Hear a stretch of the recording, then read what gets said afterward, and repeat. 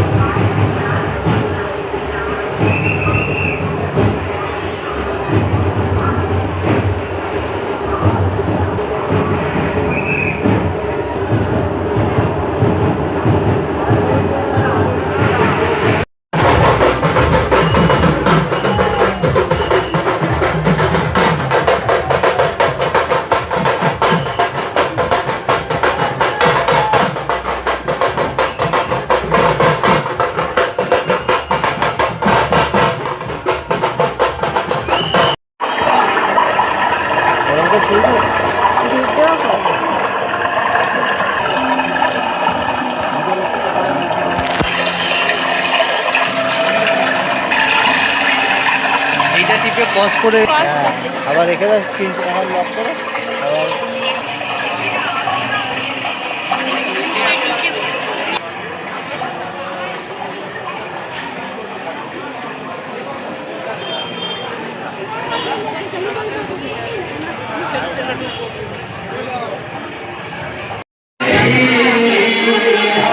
তুলবো